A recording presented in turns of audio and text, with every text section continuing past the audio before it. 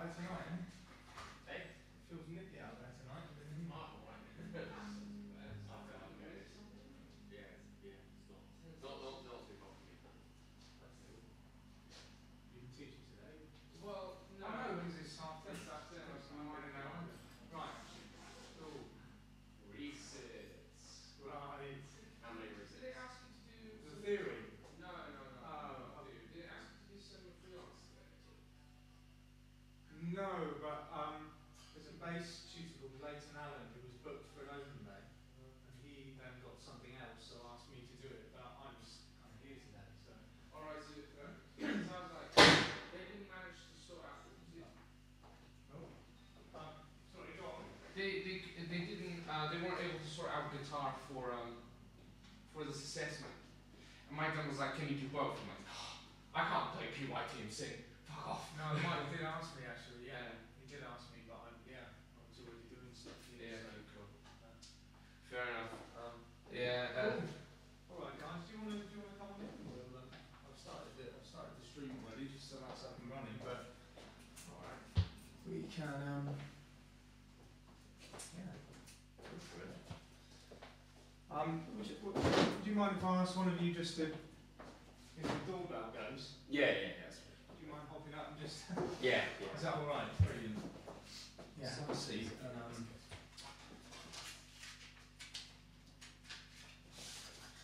so, maybe get you guys up here showing this one.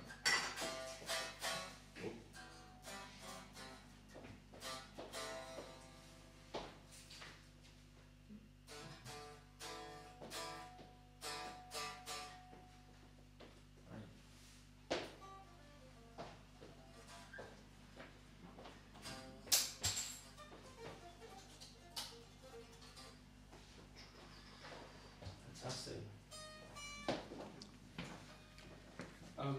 Apparently 530, the advanced theory reset paper isn't, Georgia was marking it. The answer sheet's wrong. Oh well. Say la vie.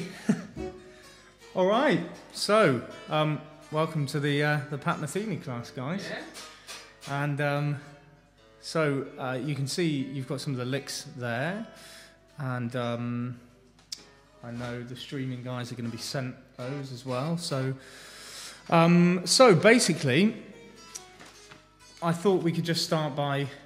I've done probably way more licks than we're going to get through. In all honesty, I think there's 13. Hopefully, no one's superstitious. That's good. Basically, the licks I've kind of chosen. I mean, I don't know how much you guys know about Pat Metheny's playing, but he's kind of quite versatile, and he plays a lot of different kind of string instruments as well. But he'll kind of at times play a little differently depending on what he's doing. So he plays kind of like an archtop and more straight ahead jazz at times. But then the Pat Metheny group is kind of jazz and jazz fusion, and it's almost a bit kind of world fusiony. Rhythmically and also in terms of the instrumentation, but so he plays like a synth guitar as well, and he also plays like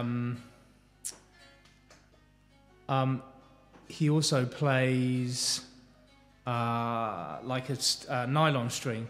Can you turn the effects fader down on the mixer, please? Right.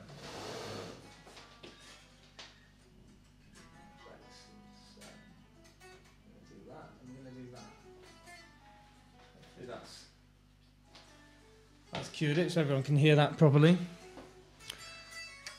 Okay, cool. Yeah, so, but what I've tended to focus on for the purposes of today, because his playing is so vast, I've kind of focused on that more straight ahead jazz, kind of archtoppy sort of sound. So, and the albums I've kind of taken a lot of these ideas from are kind of 4 albums, although there are a few from some other albums, but I took some lines from his first album, which was Bright Size Life. I think that was 1976. And then I've taken one from an album called Question and Answer, which was a trio album he did. I think it was Dave Holland on bass, Roy Haynes on drums, and then there are two from they're called Trio 99 to 2000, and then Trio Live 2000, which is Pat Metheny, it's Bill Stewart on drums, and I have to confess I forget who the bassist is on that, but anyway, it kind of gives you an idea of where the stuff is coming from. But just to really quickly as well, just mention the kind of common devices that he uses. So there's a fair bit of kind of bebop language in his playing, in terms of some of the devices he's using, and also the movement of notes. Like he's kind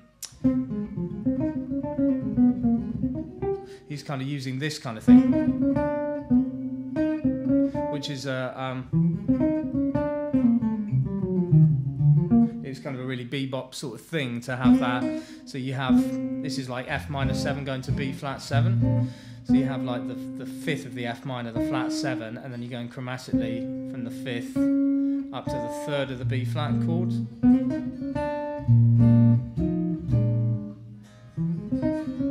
So there are devices like this that are commonly used in this playing. Like if you're on an E flat major 7 chord, he's using little devices like this, which are basically, he's playing arpeggios. He uses arpeggios a lot as well, but as you know, any jazz player kind of does really. But he's kind of elaborating on them by bringing in other notes in order to make kind of more out of it, rather than just playing. He'll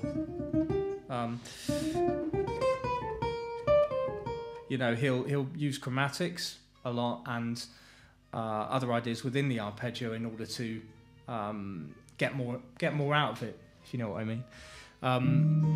So there's that, and also pentatonic scales. It's quite big on pentatonic scales in his playing. Use of legato. We haven't covered so much of that. We covered little bits of legato, but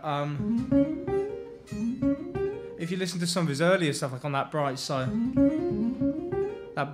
Life album, there are almost like 3 note per string ideas like that, where he's using these kind of ideas, playing the first note on the string and then, you know, hammering the other two. So you kind of get that quite liquid sort of sound. Off unison bends, by that I mean this kind of.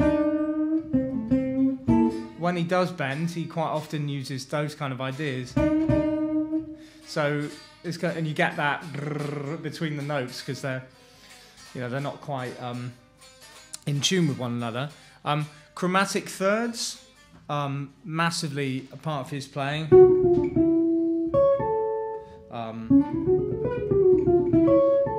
So these kind of ideas where this is actually in one of the licks that we'll look at, but that will make sense when we look at it in context. Obviously at the moment you don't know what chord that's been played over, so it's a bit weird. But and then little themes as well. One of the licks we'll look at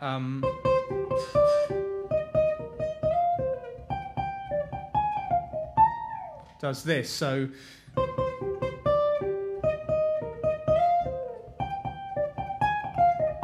you've got this kind of rhythm that's happening, and also we're kind of getting this pentatonic thing kind of happening in fourths as well. So his playing is really, there's a lot to it. Melodic lines as well, nice melodic lines, which we'll look at, and simplistic triad soloing sometimes. So, say you've got C7 going back to F major 7. He might even just play C major. So,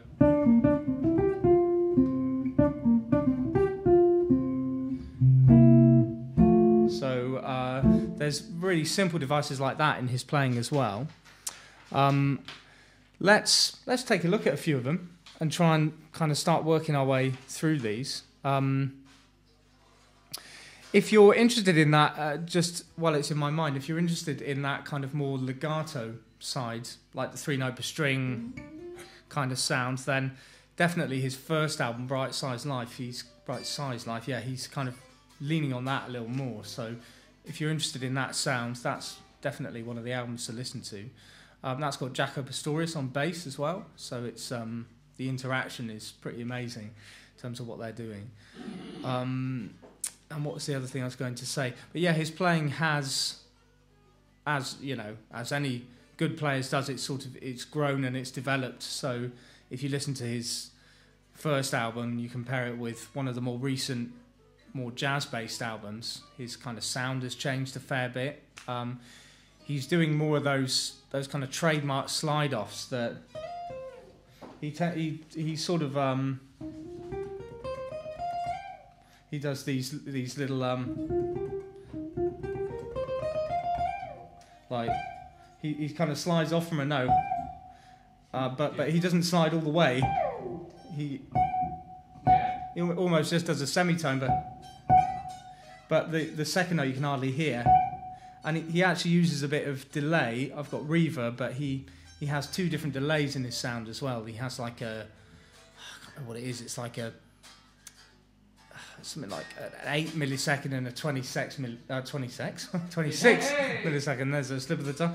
26 millisecond. So that and he runs them in stereo, so you actually get this, but it just makes the sound bigger. It kind of makes it sound a bit almost longer because it's such a small delay, but it almost just makes the note sound longer somehow. But so it's important to consider that, because if you're trying to pin down that sound, then maybe you want to consider using a bit of that. I think he uses like a lexicon delay unit, like the kind of real deal. Let's take a look at. Let's start with the second lick taken from Bright Size Life, just because this is a pentatonic thing, which again is really kind of key to his playing. So have a look at this one with me, and maybe we'll analyse this a little bit as we go. So the chords are G major 7, and then B flat major 7 for 2 bars, and then D major 7. And this is kind of like the feel underneath this is actually like a straight A thing.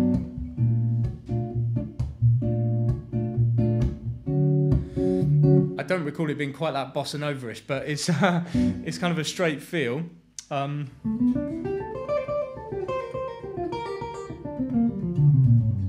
That's the lick. We'll slow that down, but that's what he's doing. So he's starting on the note of A, fret 7 on the D. And what scale is that, guys? Can you tell me? If the chord is G major 7, that's an E minor pentatonic, right? Or what would be the relative major pentatonic of E minor? What, G major? G major, exactly. Right, okay, So yeah, so I think that's probably how he's thinking, because it's a G major 7 chord.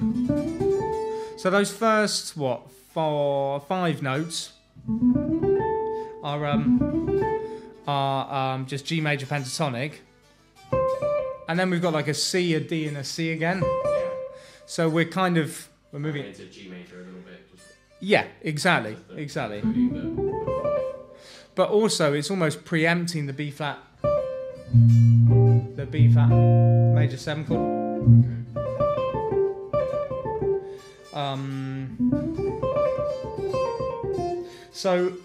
So then when we move to that B flat major 7 chord, how would you analyse those 4 notes? What are the intervals against B flat? We've got a D, a C. Go on. 3, 2, or 3, 2, 7. Yeah, it's 3, 2, 7. And then 6. 6. 3, 2, 7, and 6. So again, just to illustrate this idea of pentatonics, what he's actually doing here is he's using or you can explain it this way, he's using a pentatonic substitution. So he's playing D minor pentatonic on a B flat major 7 chord. So he's kind of playing a minor pentatonic from the major 3rd of that chord. And then what have we got? So how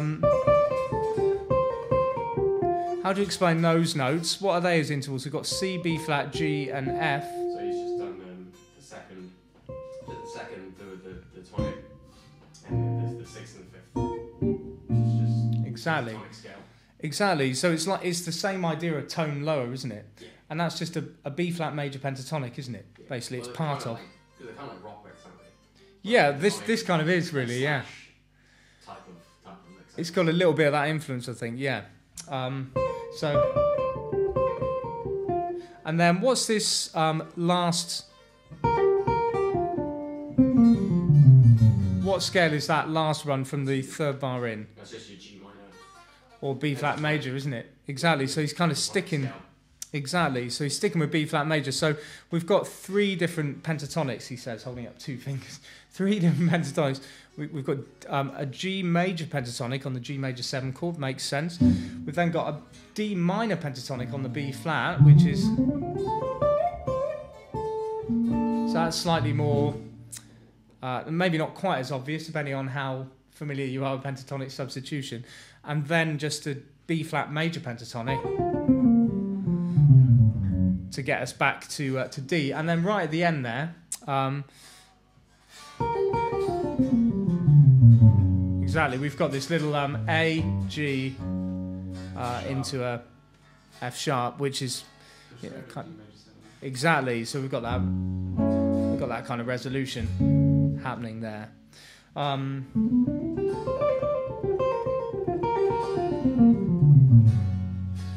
So maybe we. I did a little backing track for that one. Maybe we just hear that in context. Hopefully, I've not blown myself out of the water with the speed. It should B flat major 7, and then so.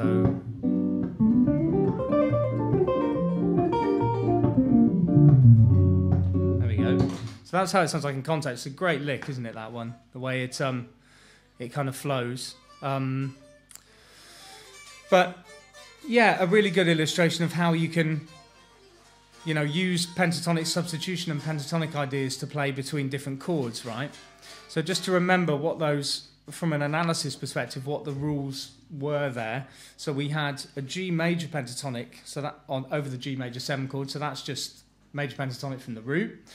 We then had a D minor pentatonic over B flat major 7, so to analyse that, we would say that's a minor pentatonic built from the major third of the major chord, or the major 7 chord.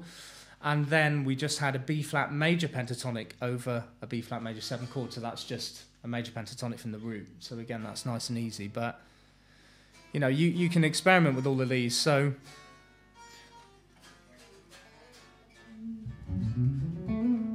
you could almost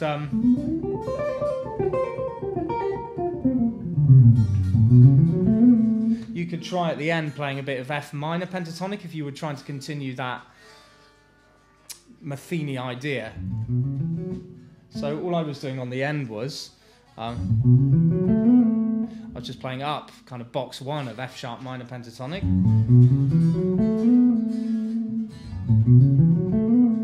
And then on the very end I'm just sliding to the B back to the A, and then I was doing one of those on the end, which gives it a slightly more. They're very subtle, those. I'm kind of overplaying that, but it gives it that kind of Metheny sort of sound.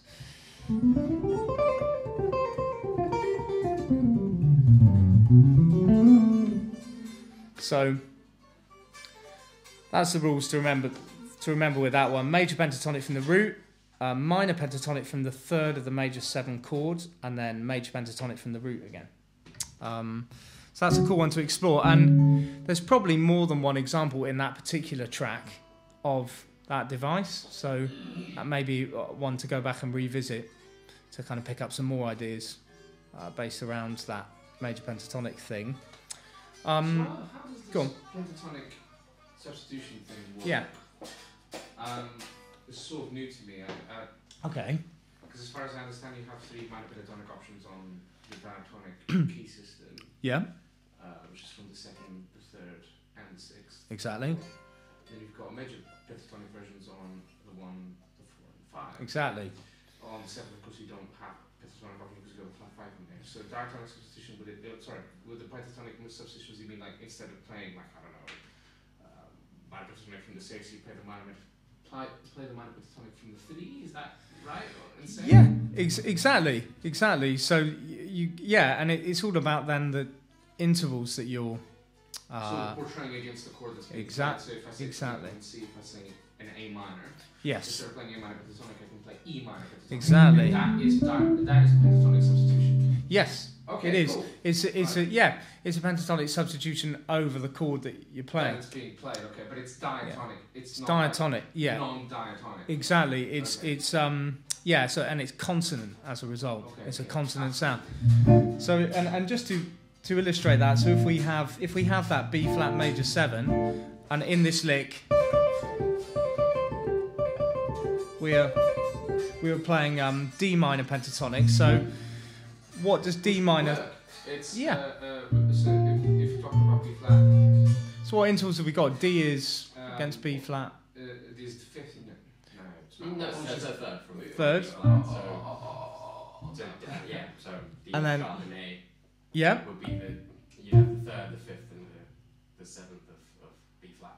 Exactly, but you've also got the 6th, haven't you? Yeah, no. So the D minor chord that would be, but D minor pentatonic. So we've got 3rd, 5th.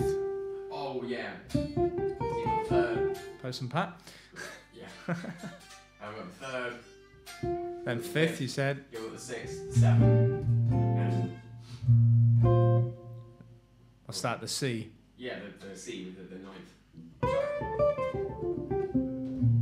Exactly. So it's a really nice sound over that chord because you're getting consonant sounds. You've got 3rd and 7th, so you're playing the chord, but then you've got 5th, so you've got all those tones that you've got in like a major 7 chord, but you haven't got the root. So and by not having the root, you're sticking away from stating the obvious. The root is an obvious note to state in some ways because particularly the bass is going to play the root, probably one of the first ports of call for the bass, depending on what effect they're trying to achieve. But so that's kind of being stated constantly. It doesn't mean we can't play it, but it just means that there are more interesting notes for us to play away from what the bass is doing.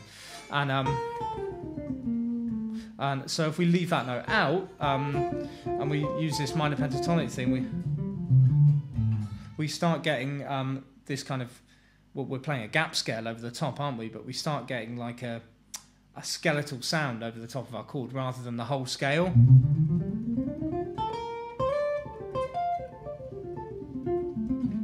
So we start getting more of a, it's just a more interesting sound. Exactly.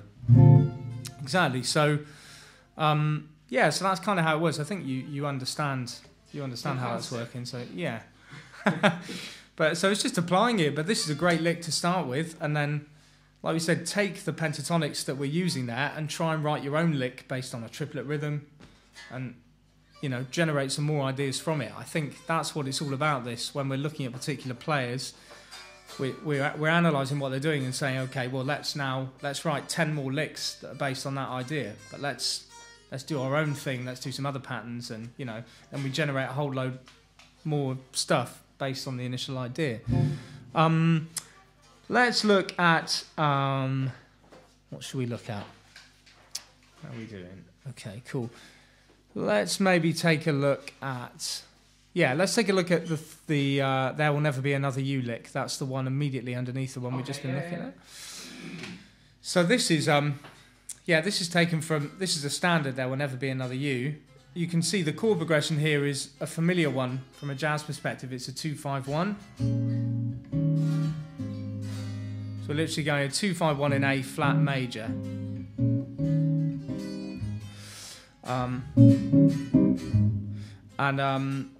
Yeah, exactly. So just have a little look at that. This is like a swung eighths kind of thing, this one as well.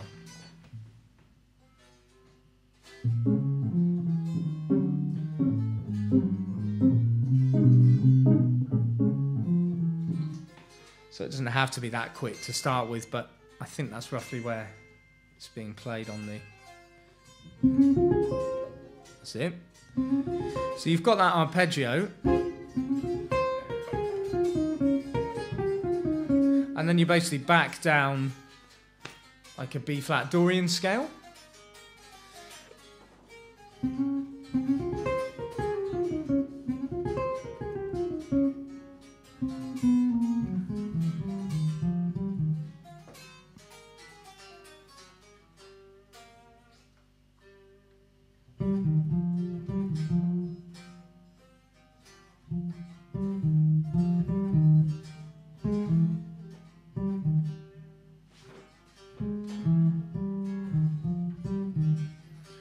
That's it. That's your end there.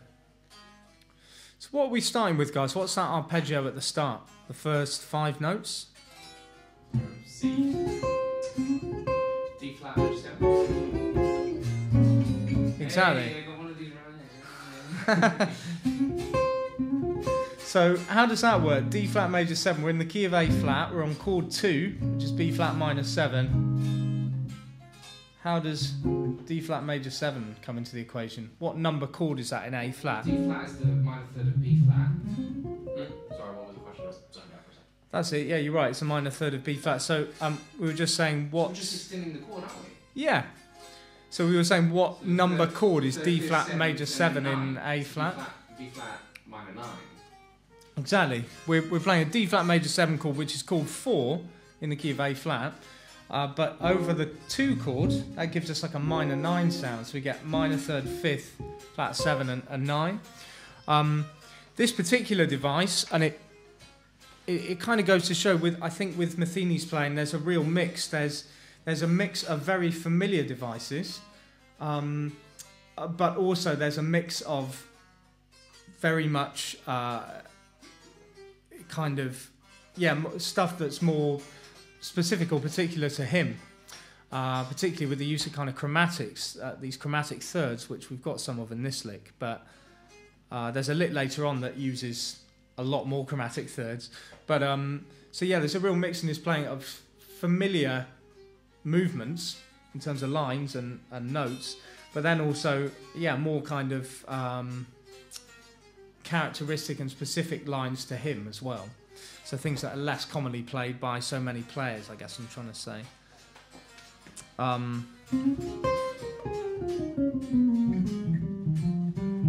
So the lick, basically, so it starts on that little slide from a C to a D flat, or 10 to 11 on the D. And then we're playing kind of what looks like an F minor triad then, which is 10 on the G, 9 on the B, 8 on the high E. And then we're going to play down a B flat Dorian scale. So that's on the B string, 11, 9, 8. And then on the G, 10, 8, 6. So yeah.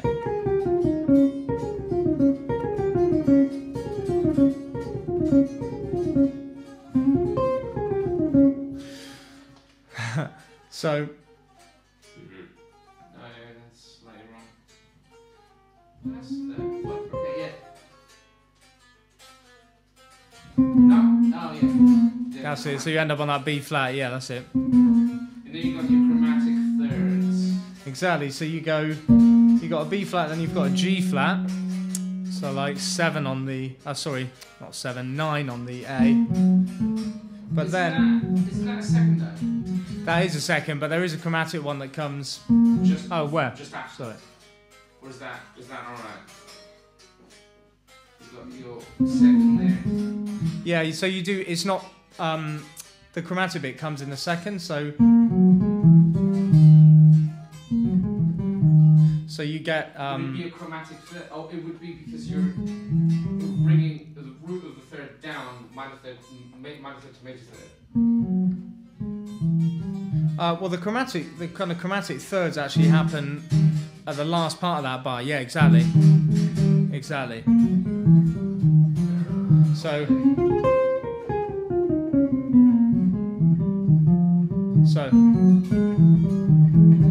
On its own, sounds kind of like harmonic minor. Yeah, it sort of does. Yeah, because A little bit, yeah.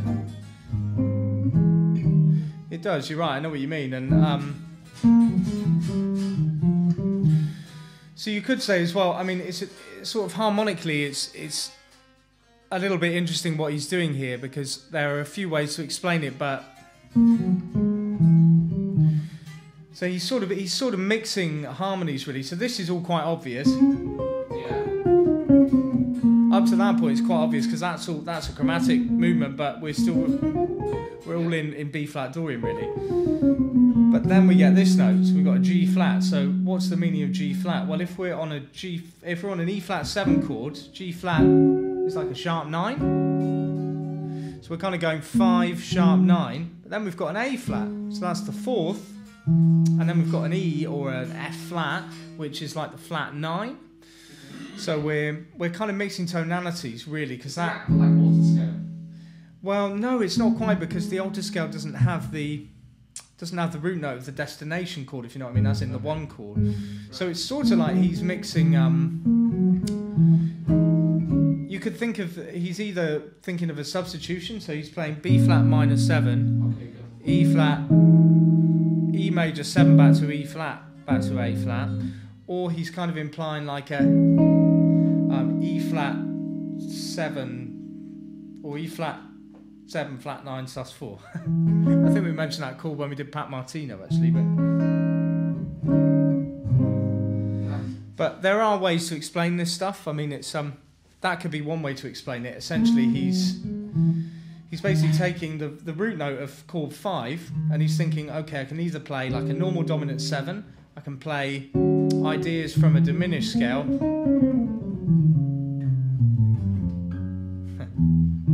or I can kind of substitute other chords over the top of that, like this dominant 7 flat 9 sus 4 kind of sound, which is what these two notes come from. The A flat and the E, or the G sharp and the E, they kind of come from that dominant 7 flat 9 sus 4 sort of sound. So that's kind of where they're coming from. But yeah, So you're saying E flat 7, E flat 7 flat 9 sus 4, is that right? yes. How does that? I'm having slight trouble figuring out that voicing as an E. Oh, when I see the flat 9 is on bass. Yeah, the flat nine's in the bass, so that's how I'm playing it. Yeah, but if you want to play, cheeky. if you played D flat minor, a D flat minor chord, but then switch those around to,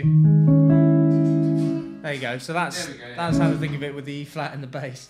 But no third. Okay, gotcha. No, exactly, because it's a sus. Yeah. Sus 4. Usually you go.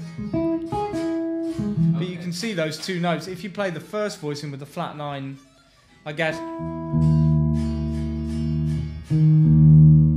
can hear it then, can't you? With the but you can see those two notes that are in the lick in the chord then as well. So.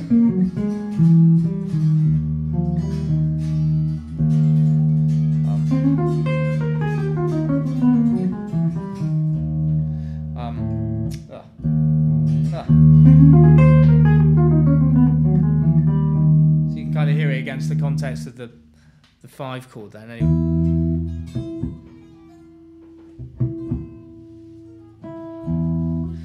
But again, that's an interesting one, because he's playing quite an orthodox bebop lick really to start with. This is very this is a really kind of bebop phrase. Even up to that point, once we get to that lower B flat, but then it starts to go into slightly more sort of outside territory with just those few notes, or certainly slightly more tense, not necessarily outside, but sort of tense sounds. These are not easy to play. No. Let's just hear that in context against the chords though, just so we've got that.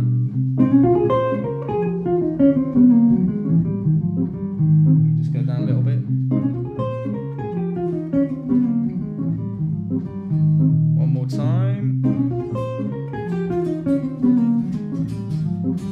Well done. That's the one. Don't worry if it's if you're not picking it up right now, it's not much time to pick up complicated licks with chromatics and funny movements and. I think the key for really moving forward with this for yourself and being able to develop ideas is in the analysis, right? It's all in the analysis. So if you can analyse it and understand it, you can then. You can write a few of your own before you start trying to Exactly, but precisely. Or So some kind of arsenal of vocabulary. exactly, that's exactly right. Otherwise, you're potentially a bit stuck. Yeah, lost kind of. Yeah. So well done. That's the one. Okay. So it's definitely worth noting the use of that major 7 arpeggio, a minor third above the 2 chord. That's a really big thing. I mean, incidentally, Pat Metheny's took influence from a number of players, but Wes Montgomery, so actually the same as Pat Martino, but if you listen to the two of them, they're very different sounding players. But also Jim Hall, who you may not have heard of. Jim Hall played a lot with Sonny Rollins, tenor sax player from kind of the 50s onwards, really, 1950s onwards. And there's actually there's an album of Metheny and Jim Hall together, which is really worth checking out. I forget the name of it, but it's amazing. But that particular device... building arpeggios 1 or 2 degrees above. Exactly. But that particular one, like a major 7 arpeggio from the minor third, was a really Wes Montgomery kind of thing. Well, that kind of arpeggio stuff doesn't seem too far removed from the real basics of what they call that chord construction, right? Because you just further extend, so that presumably extends to all the arpeggios. Exactly. Yeah. So you end up. So this would be like a Lydian, Wait. like a Dorian chord, right? The B flat. Yeah. Exactly. Yeah. Like Or a Lydian. you could do. Yeah. Over it, you get the same effect, but okay, yeah. You're right though. Yeah. You could exactly. You could play like D flat Lydian over B flat minor 7. And that would give you a similar kind of sound over that chord, yeah. Okay, cool. So, any other questions at this particular juncture, guys, at all? It's alright so far, I think. Okay. Okay, cool. So, I'm trying to think what would be good to look at next. So there's, how are we doing for time? So we've got just a little under half an hour. So let's check out. Yeah, let's check out. Let's definitely check out this chromatic one. Maybe we should do that now. If you turn to the back of that first page, it's like double-sided, and you've got the one that says "Taken from Rain River." Can you see that one on the bottom of the page? And it goes on to the top of the next page. So this is basically, this is more of a single chord vamp lick. So where you get 2 bars on the same chord. It's over a C sharp minor 7. But the thing is, you check this out. I mean, I haven't written this with a key signature, so you would expect some accidentals, but you can already see, it says here, I've put under the lick there, heavy use of chromatic thirds with side stepping. So side stepping is where you move an idea, a semitone either side. So if you had like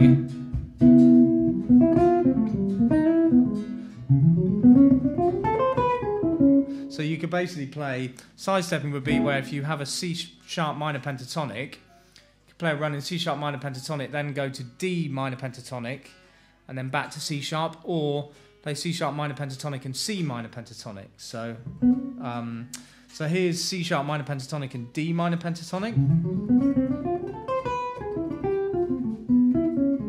So it gets kind of a really outside. So that's over one chord. So that's over just C sharp. That's over just C sharp. Minor 7. You just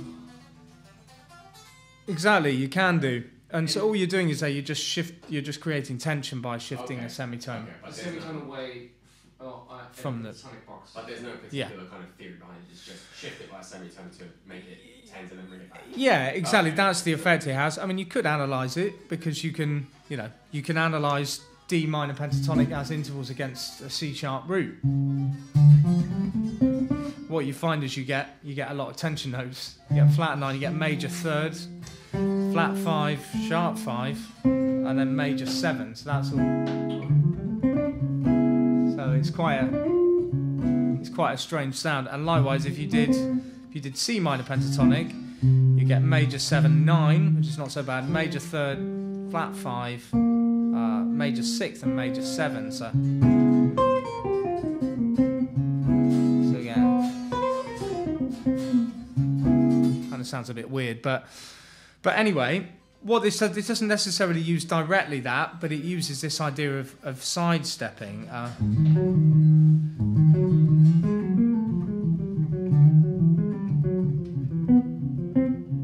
That's the lick.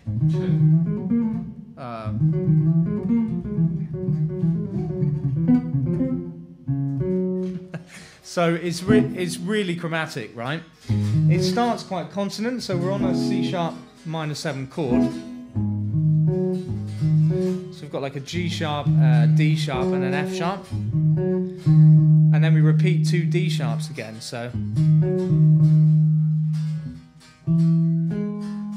and then we're playing the chord there, right?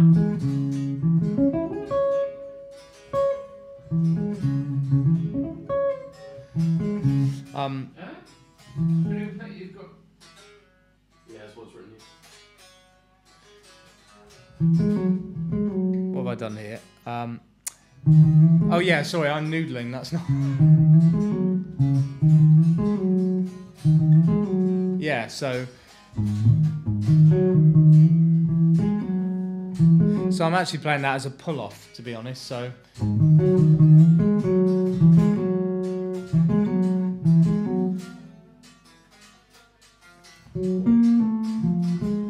And then this is where you get the chromatic thirds, guys. This is a weird sounding one, right? So you get...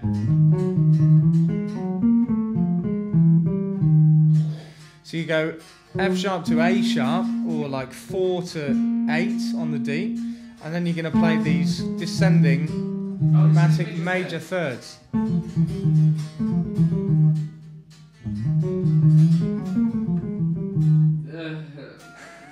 It's a weird one, right? Yeah, that's a much easier way. That's... Much easier way from you. I mean, there's lots of ways to play it.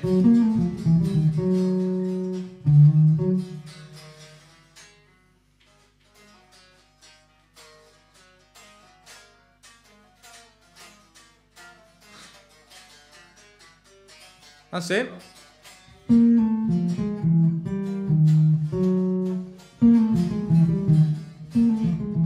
The thing is here, right? The middle one out of those, this one here, where you play a G sharp to an E, that's in with the chord.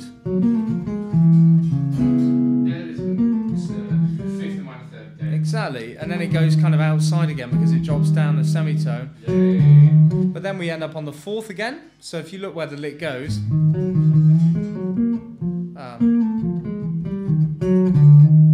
so we end up back on this 4th, the F sharp. That's right at the end of that first bar of the lick, beat 4. So we get fret 4 on the D string, 5 slid to 6 on the A, and then back to 4 on the D again.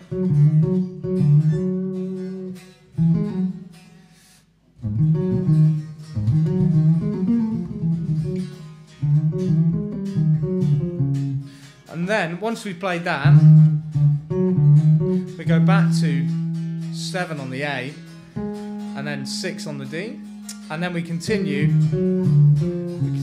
the chromatic major thirds. Okay.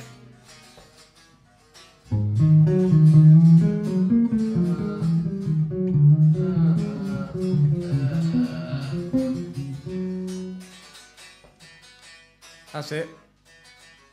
And then move that pattern up a semitone.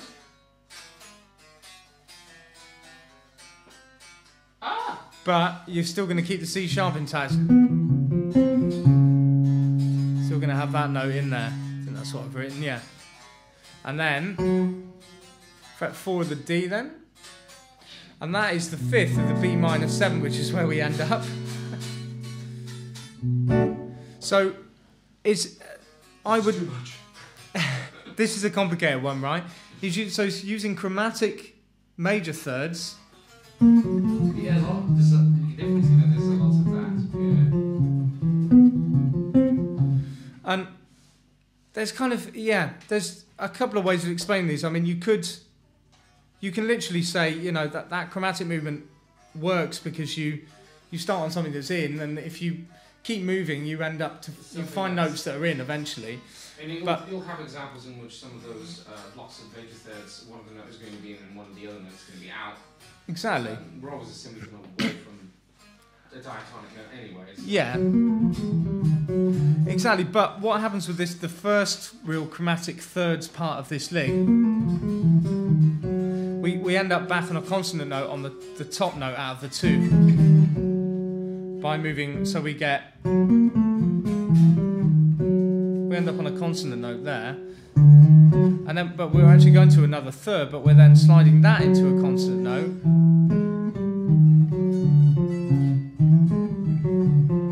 but then we're following these thirds down. Again, we end up at a consonant note here. So just like it's kind of the same thing, just starting like a third lower, or sorry, a second lower. And then for a D major, the third D is the 4th of C sharp. And then if you start a semitone above, you've got the 9th and the flat 5. Yeah. So that's not going to be always the case. No. There's going to be a lot of the times you'll find that one of the note is in, one of the two notes is in the scale. Yeah. Or it's an interval that we might hear commonly, but the thing is as well, it's just kind of tension and release. So if you're playing a chromatic idea, so if I've got that,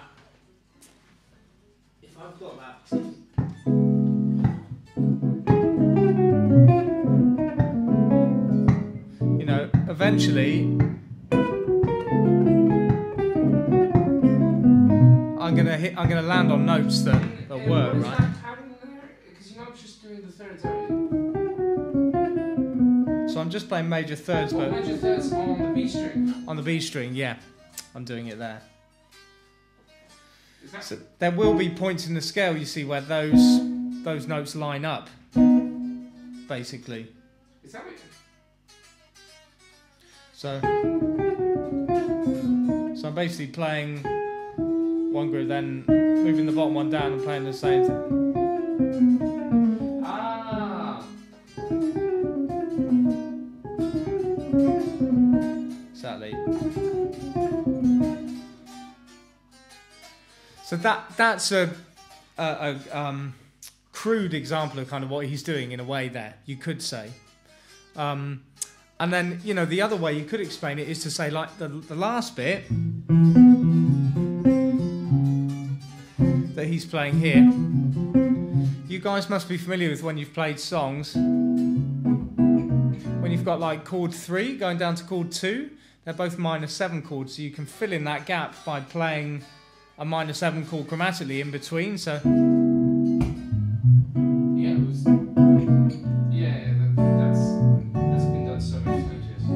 If you're playing like a 2-5-1 or something, or 3-2-5-1.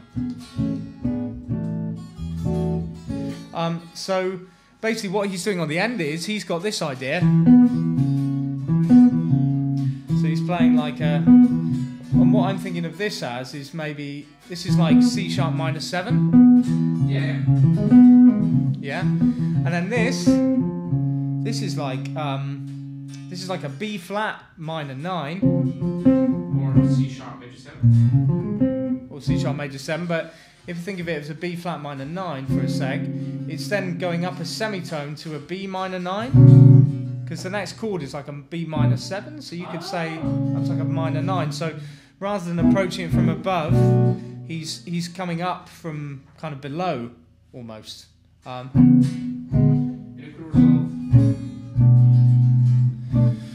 So all I'm saying is, as well as to the fifth, isn't it? yeah, of the B, as well as approaching something chromatically from above, you can approach it chromatically from below as well, and achieve like an effect of resolution. If you think of a dominant chord can resolve down a semitone, as it does when it's a tritone sub, for example. So like B flat going into A instead of E going into A. Yeah. But it can also resolve up a semitone.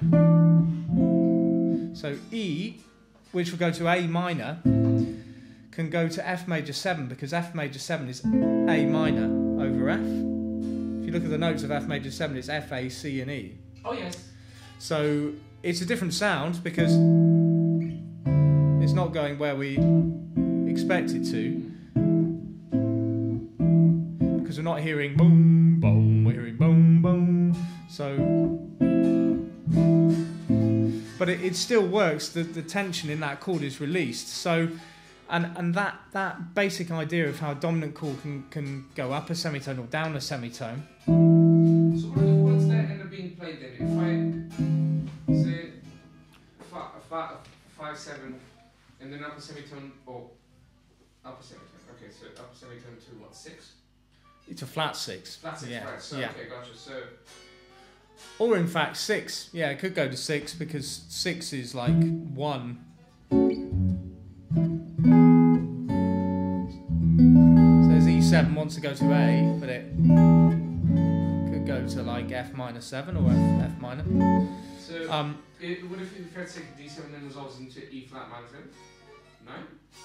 It could do. It sounds weird, but It doesn't sound weird, it sounds nice.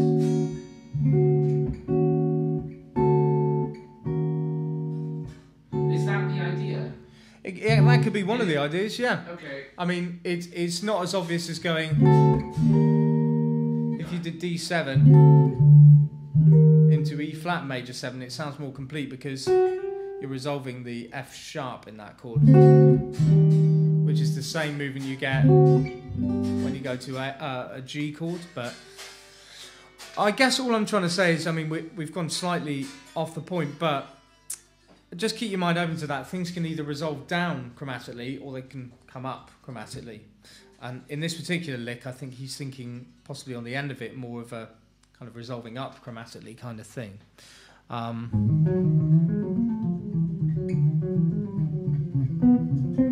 Should we just hear that? Let's see if I can get that.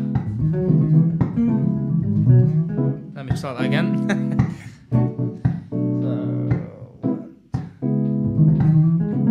No, one more time. Groove along.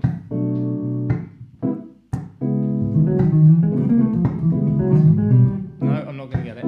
Let's play it without that.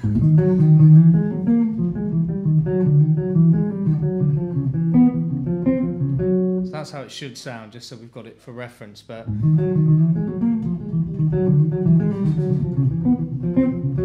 there it is. So it's really heavily chromatic over that chord, right? When you think we're used to hearing kind of things like that.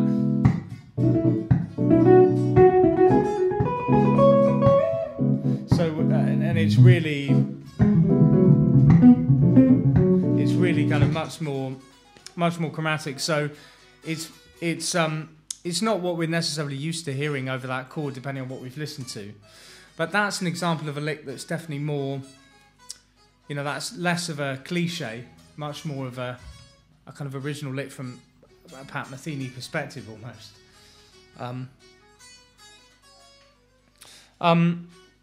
So maybe we've got a few minutes, so maybe we could take a look at kind of one more. Yeah, this would be a nice one to look at because this is back to the bluesiness. So if you go to bar 43, which is the last page, and it's the lick that's taken from Soul Cowboy. So this is much more down home kind of bluesy, this one.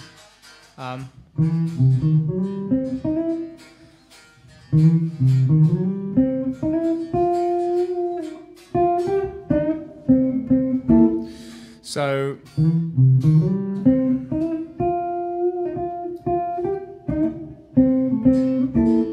this is actually over a blues, this one is played. Exactly. And then you've got this interesting little slide from an E flat to an E.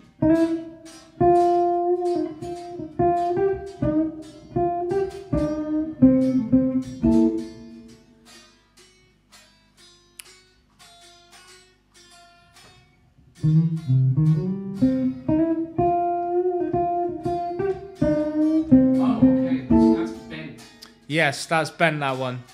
It's like a half tone bend. And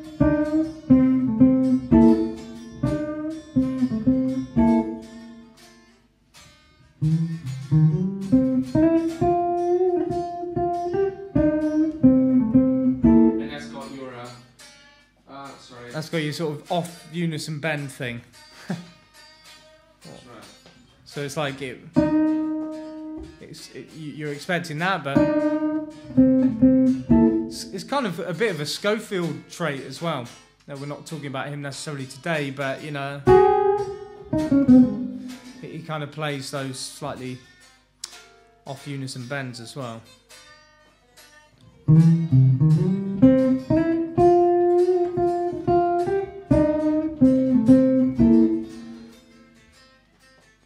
So that's a little more, you know, a little more easier to compute, isn't it, in comparison to the other stuff? But again, if you're interested in that side of his playing, I mean, he's got those crazy licks like the C sharp minor 7 one we looked at, but he's also got some really bluesy kind of ideas.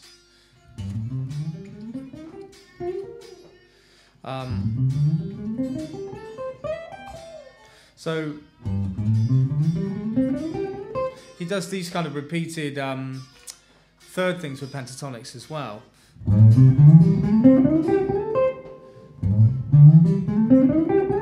So literally just going from G to A up to C, and then D to E up to G, and just repeating that over several octaves. So it's just a C major pentatonic.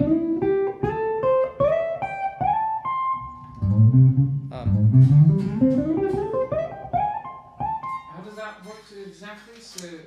So he's literally, he sometimes does this thing where he's sliding up a second, and then go to the D and the E, to the G, and then just repeat. So then G to A again, and then on the D string 5 to 7.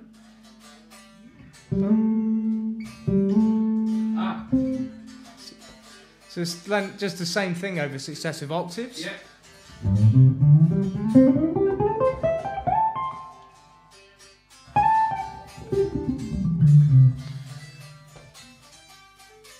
So Okay, gotcha.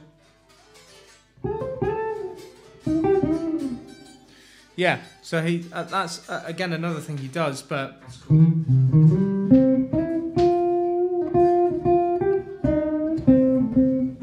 should we just hear that one in context so you've got a reference?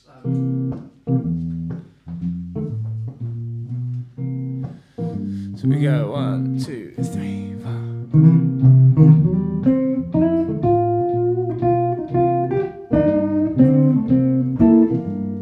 So it's a really bluesy lick, that, isn't it? That particular bend as well. That's a great characteristic of his playing. Those, off unison bends, for want of a better kind of description. So yeah, I think actually in terms of those ones, we've only looked at, 4 licks, and like I said, I think there are 13 on there. So just to maybe really quickly just mention some of the other licks. The first lick, the very first lick, is basically a melodic thing.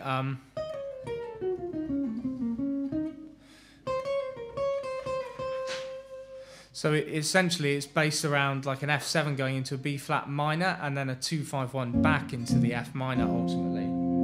So you get like 1, 2, 3.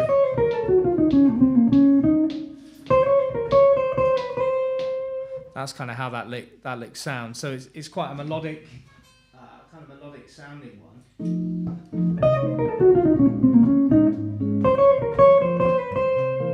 a really, really nice sounding lick there.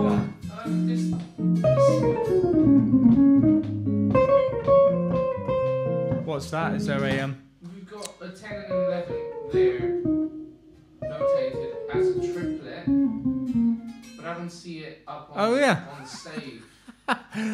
Ignore that. That's not supposed to be there. So that triplet there, we just ignore that. Yeah, the triplet on beat 3 of the second bar shouldn't be there. I don't know what's happened there. That's really strange. Like a phantom. Because you did stop.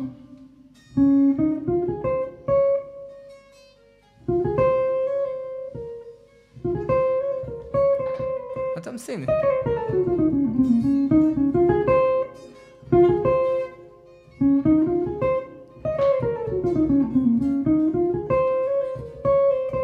Yeah, I don't remember that being in the lick. I don't know how it's got in there, but it works. So if you want to play it, it's kind of there.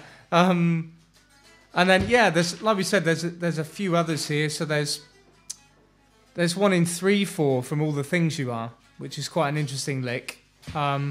Again, it's kind of a more melodic one, but also like a bebop style kind of lick.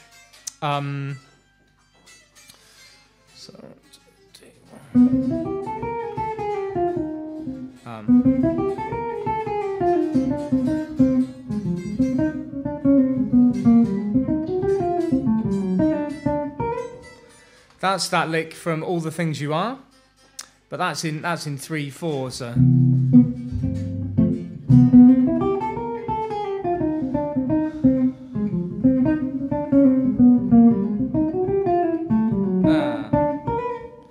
So you can hear that if you've listened to any bebop stuff, it's very kind of influenced by that.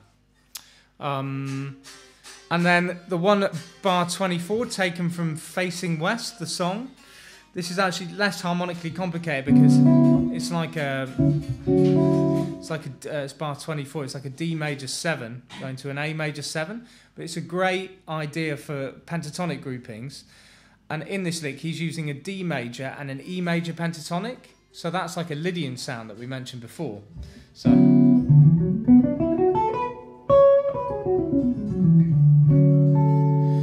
it's kind of that.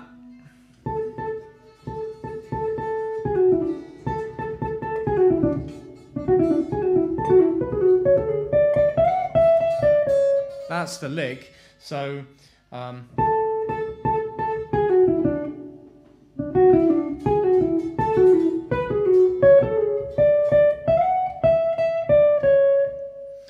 So it's got a little lilt on the end there, but basically, you see how these are groupings of 3, yeah? So this is D major pentatonic, and then E major pentatonic, still over D, D major pentatonic, over D, E major pentatonic, again over D. So you've got D major pentatonic, E major pentatonic, D major pentatonic, E major pentatonic. And then the last little phrase is kind of a mixture of the two. But at this point, he's kind of moving the line to resolve back to A.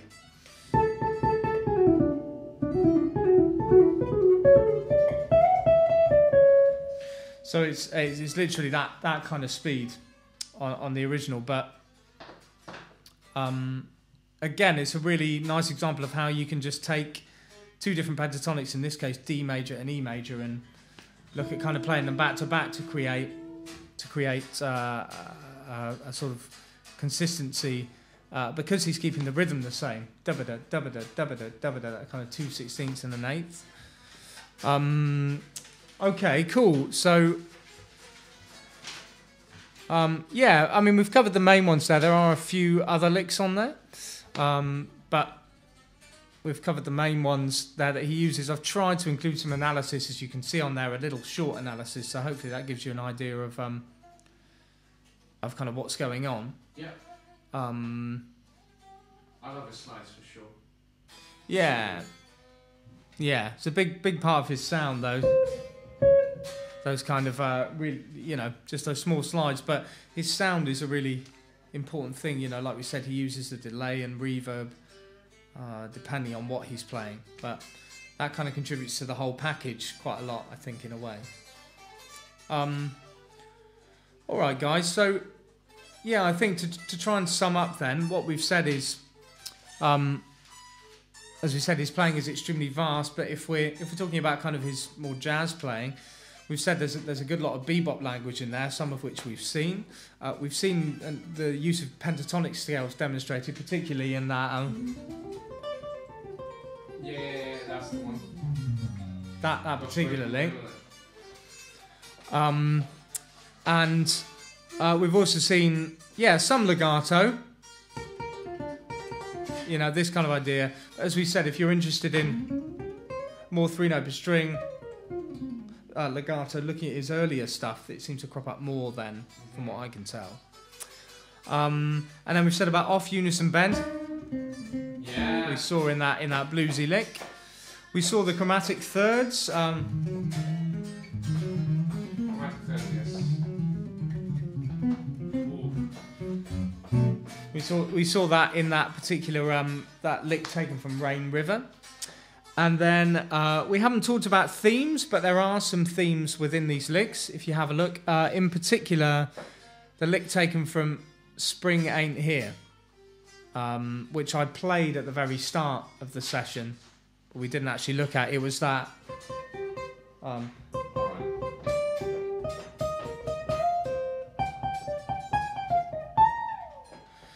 So that is the lick from bar...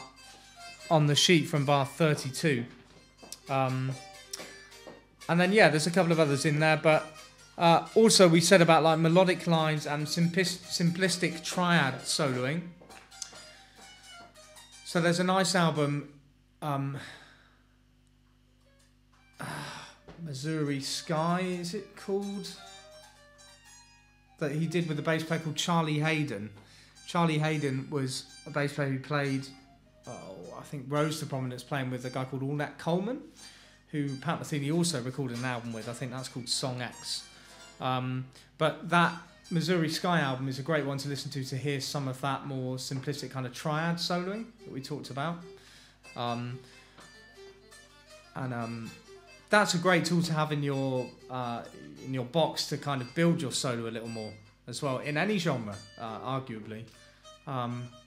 To have like access to triad sounds in your playing. It can really help you to build a solo rather than go in all guns blazing. You can start simplistically and build it up to more kind of extended and slightly more dissonant sounds and stuff. So, but yeah, cool guys. Did you have any questions to kind of finish up? No, really, that's a lot of stuff already. There's a lot there, and there's lots of licks to take away, but I think try and get stuck into the analysis, try and build your understanding of what's going on, because like we said, that then enables you to potentially do your own thing a bit more with it. All right, guys, fantastic. Well, I hope it's been useful, and great. Let's call it a draw. Brilliant, good stuff.